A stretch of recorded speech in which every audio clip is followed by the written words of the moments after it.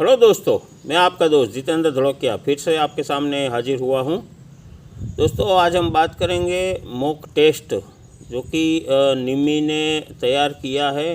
National institute of instruction media करके दिल्ली में जो आईटीआई यानी कि स्किल डेवलपमेंट के रिलेटेड जो भी एक्टिविटीज़ है उनका प्रकाशन और उनका रिसोर्स मटेरियल तैयार करने की जिम्मेवारी वो है। वो मद्रास से संचालित होती है वैसे तो दोस्तों, निम्मी की ये जो एप्लीकेशन है उस एप्लीकेशन में आपको आपके इंस्ट्रक्टर ने सुपरवाइज़र ने किया होगा कि भाई आपको ये डाउनलोड करना है और ऐसे ऐसे आपको उसमें अपनी एक मॉक टेस्ट देनी है।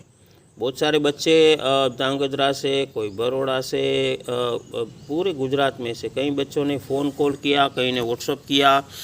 और आज भी मैं जब आईटीआई गया था तो हमारे एक जो गोठानिया सर है उनके बच्चे के भी साथ उनका इंटरेक्शन चल रहा था। तो लॉगिन में प्रॉब्लम हो रहा है और आप कंफ्यूज हो रहे हो, तो मैंने सोचा कि चलो उसकी एक पूरी गाइडलाइन आपके लिए तैयार की जाए। पहले जो निमी में आता था तो उसमें अलग से ही पहले हो जाता था कि भाई एक सुपरवाइज़र जो है, इंस्ट्रक्टर या ट्रेनर, उसके लिए अलग सा लॉगिन था और ट्रेनी के लिए अलग सा लॉगिन था और उसमें इतना मॉनिटरिंग नहीं था। मगर जबकि अब हम तुम्हारी फ़ाइनल एग्ज़ाम भी इसी तरह से लेने जा रहे हैं, इसी डेटा बैंक पे आधारित होगी।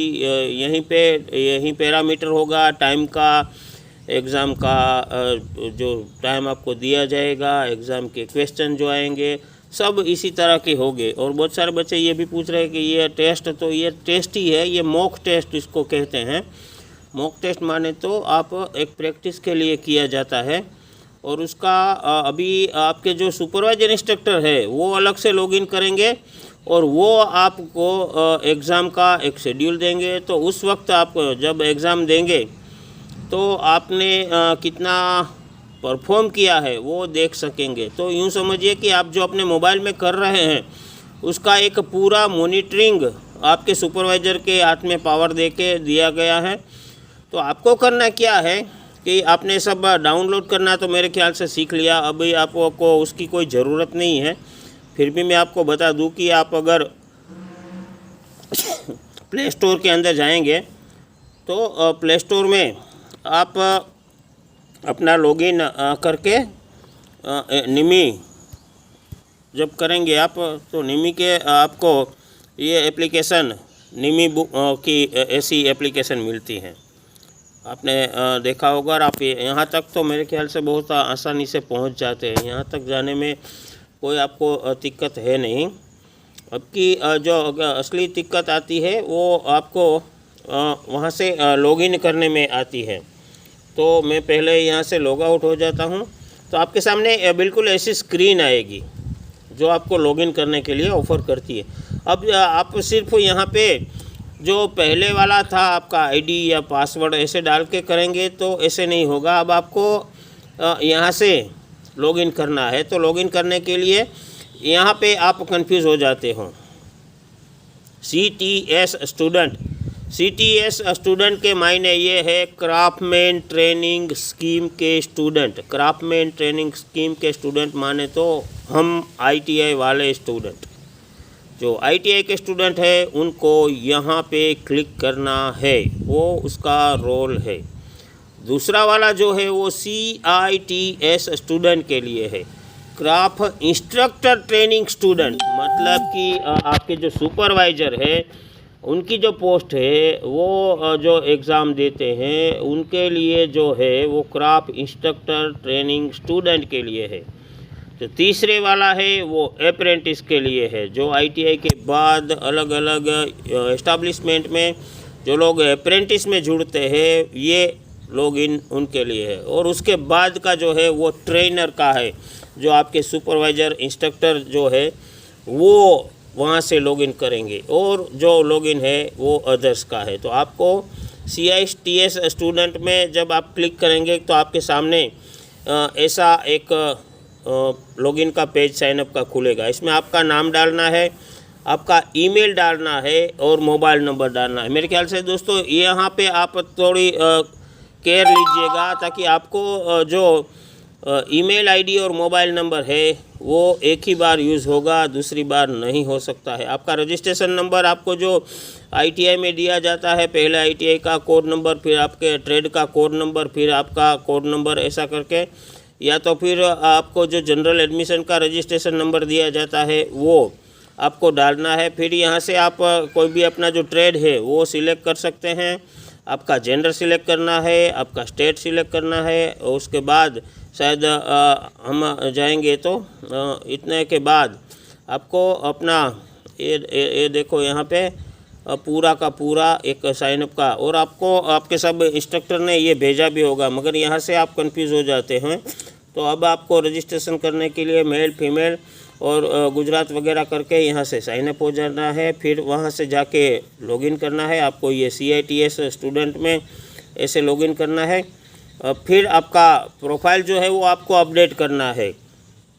उसमें आपको select the state of Gujarat, district कौन सी वाली है और आपके ITI कौन सी है, और ITI का कोड आप जब वहाँ से क्लिक करेंगे तो आपके ITI का कोड भी वहाँ आ जाएगा। और उसके बाद आपके सामने ऐसा एक डैशबोर्ड आ जाएगा जिसमें आप new test, repeat test, review test, performance, ये सब आपको वहाँ से मिलेगा। और आपका जो एग्ज़ाम है वो आपका आईडी आपको आपका सुपरवाइज़र इंस्ट्रक्टर लोग शेयर करेंगे कि भाई ये एग्ज़ाम लॉगिन आईडी है। तो आप वहाँ से जो एग्ज़ाम लॉगिन आईडी के साथ जो लॉगिन होंगे तो उसी एग्ज़ाम में उसी सेमेस्टर की या फिर उसी मंथ की या फिर उसी क्वार्टर की जो भी वो अरेंज करेंगे, उसी हिसाब से आपको ये एग्ज़ाम में अपियर होना है। आपके सामने ऐसे बॉक्स आएंगे, उसमें आपको टिक करना है। जैसे कि ये टिक किया गया है, उसका ये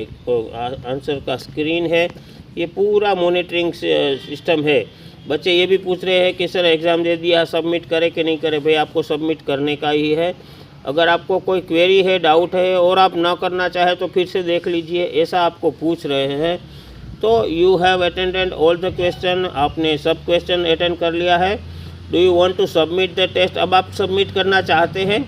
यहाँ से आपको एक अपॉर्चुनिटी मिलती है कि आप यहाँ से बैक अगर जाना चाहे तो कैंसिल करके फिर अपने क्वेश्चन जो है उसको रिवाइज भी कर सकते हैं। इसलिए ये पूछा जाता है, उसमें और कोई दिक्कत नहीं है। ये जो मैं बात बता रहा हूँ ये केशोद के लड़के पूछ रहे थे, इसीलिए मैंने ये वीडियो बनाने की कोशिश की है।